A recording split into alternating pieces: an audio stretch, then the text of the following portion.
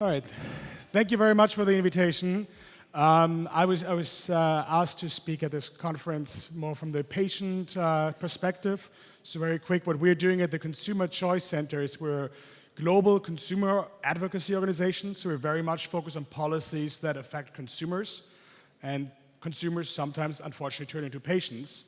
And therefore, we also see ourselves as patient advocates. And cannabis is only a small part of what we work on, both medical and recreational use of cannabis. That's probably 10% of our global work.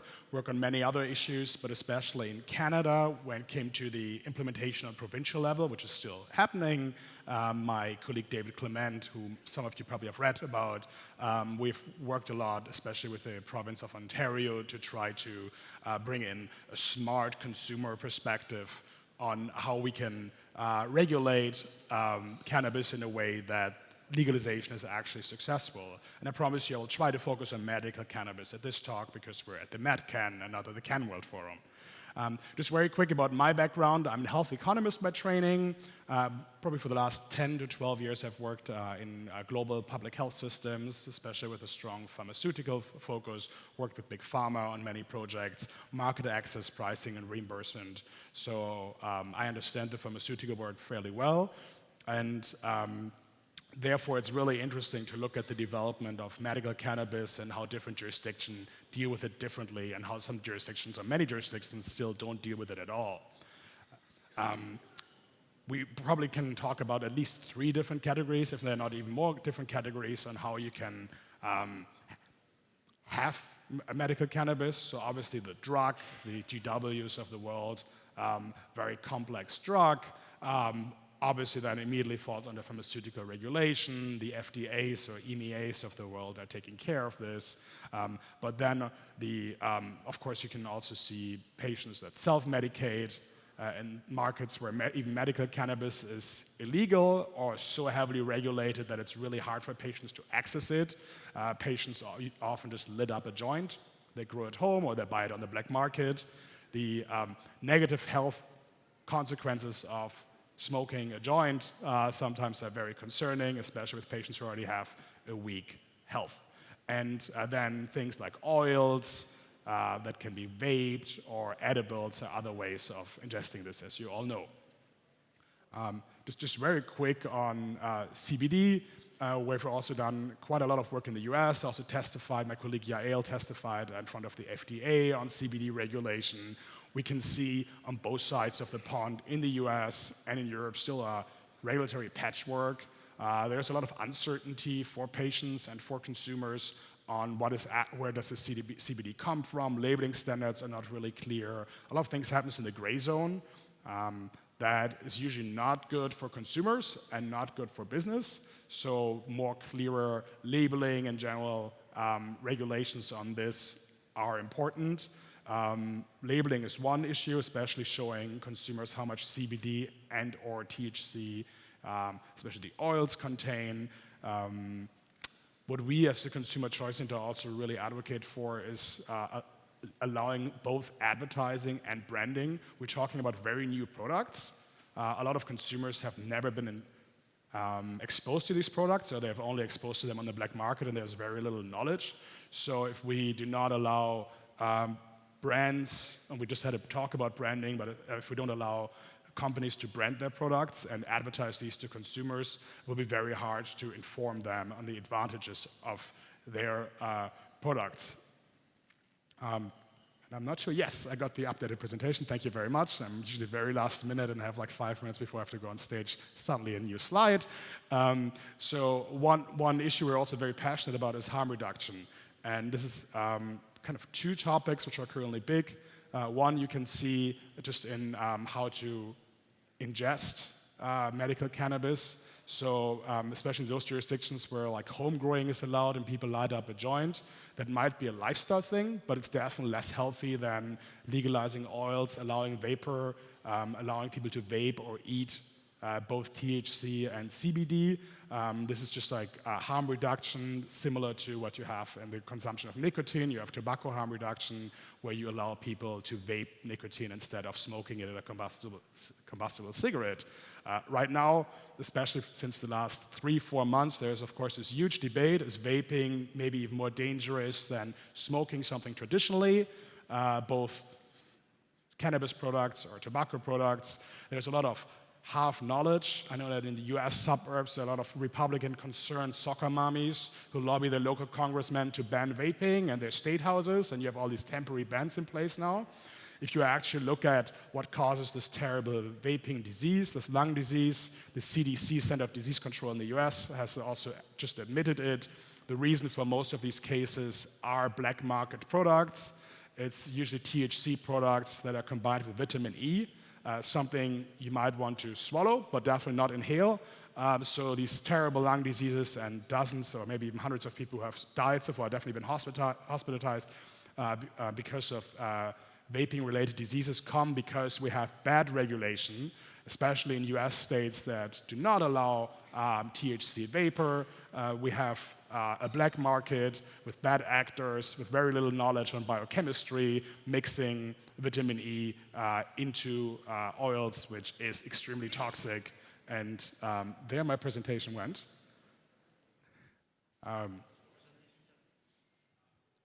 All right, so apparently the screens also do not like vitamin E, so I'll stop talking about it. But let's just very clear when talking to policymakers, and that's something we do on a day-by-day basis, that there is very little knowledge about harm reduction, and that outright bans of, for instance, vaping will actually lead to negative health consequences. I'm not Canadian, as you can hear, but from our work in Canada and what I heard from my Canadian colleagues is also a couple of lessons on what we can take away from Canada. One thing is that we should not make the rules on medical cannabis too strict. We should also acknowledge that in the future, that cannabis is a multifaceted product, and when a jurisdiction maybe starts as the first set of legalization regulating medical cannabis, we should keep in mind that there might be additional ways of legalizing the wellness use of, for instance, CBD, or also recreational use of THC, and regulation should reflect this, and new laws should basically keep an open space or placeholders for future amendments, so that we do not get locked into too restrictive medical regulation. Also, absolutely, product variety. Let's not just have really medical drugs that are usually much more expensive. I mean, this is something, for instance, we can see in the UK, or also other markets, but just because of the cost structure of bringing a pharmaceutical drug to the market. Also, let's not just have flower, but allow product diversity. Different patients have different needs, and competition and innovation on the market will usually get us to the best products and the best outcomes for patients. The same with like supply caps, and also creating local monopolies for suppliers and distributors is something we object. Usually creates to unintended consequences that are negative, and definitely differentiated CBD and THC products and make CBD products available over the counter. So now we come to something I understand much better, because I spent way too much time in rainy Brussels, where I came in from yesterday as well. I'm very happy to be in Malta now. So what should Europe do? I mean, ideally, in this term of the European Parliament, which started this summer, we get a cannabis directive, a European medical cannabis directive, or even a European cannabis in general directive, where we clear up a lot of confusion we right now have in the patchwork. The European Union, right now 28 countries, probably very soon 27 countries, has a single market, while health policies are usually still under national control. A lot of commerce happens within the entire union, and by just having a patchwork of gray markets, legalized markets, tolerated things, it creates a lot of confusion for businesses, especially when you come to the topic of inner-European, inner-EU trade. Even more when it comes to trade with outside of the EU, because trade policy is definitely something in the hands of the European Union. We need to have more clarity. We also need to create more acceptance for medical cannabis use. I live in the UK, and I really enjoyed the one of the earlier speakers talking about what's happening in the UK right now, we can see that there is still a very big hesitance of the National Health Service to touch the topic of medical cannabis. Usually just patients who are able to pay out of pocket can go to a private clinic, and we're talking something like $500 to $1,000 a month. That is a lot of money for someone who's suffering from a disease. In the EU, we would really also, a part of this European Cannabis Directive, we would want to bring in brand freedom by allowing advertising and branding in the European Union for cannabis products. When it comes to distribution and the pharmacies, allowing both brick and mortar pharmacies but also online pharmacies to distribute medical cannabis and do not create distribution or production monopoly. I know probably some people in this room would love to have the production monopoly for Germany. That's great. I've talked to people who have asked me, hey, how can we lobby? I'm the only company in Germany that's allowed to do this. This might be short-term good for the monopolist, but for an evolving industry where you have a lot of innovation and competition, where you could have a lot of innovation and where we still need to do a lot of science, it is important to keep innovation going because it's a discovery process on how medical and recreational cannabis markets will look in the future. And if we ingrain a monopoly now, we get to some system probably you have in the US with a three-tiered alcohol system, and going in a US liquor store, the selection of wines is usually terrible. You cannot even order it from one state to the other. This is like still legacy problems since post-prohibition alcohol regulation in the US, so let's not go there with cannabis in Europe. At the same time, someone also said it earlier before, we should be mindful when it comes to over-promising claims. I mean, it's good that cannabis can be accessed by patients in many countries already, and hopefully in the future in more countries, but we should not promise that it's going to cure every disease in the world. CBD is not solving all your skin problems, and just because you write CBD on a product doesn't mean it solves all your problems.